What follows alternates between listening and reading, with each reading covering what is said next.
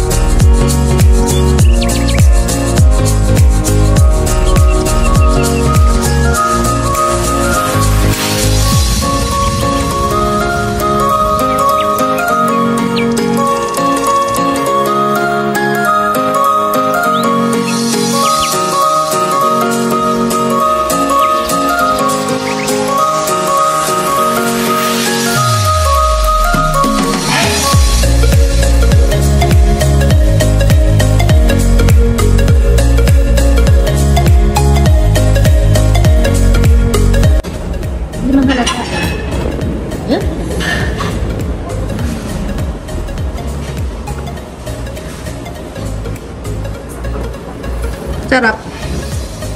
Ano, 10 over 10. 10 over 10. Hindi siya maalim. Hindi sobrang tamis. Sakto lang. Sakto lang. Ito ay strawberry, ano to? White Chocolate. chocolate, strawberry, truffle, cheesecake, something like that. Sarap rin. Di ba, Brent, hindi over 10. Hindi siya masyado matamis. So guys, ang dami ng servings nila dito. Kila nyo, ang dami namin tira. Parang good for two kasi. Anong masasabi mo dyan sa ikanain mo? Masarap. Masarap siya. Sarap ng frosting. Anong rate mo dyan sa hickory? Ano yung hickory? Basta yun. Ribs, eme-eme. Masarap siya. Masarap yung steak. Ito yung hinahanap ko na sauce. So, anong rate mo dyan? 9 over 10. Yung texture niya, malambot. Malambot naman.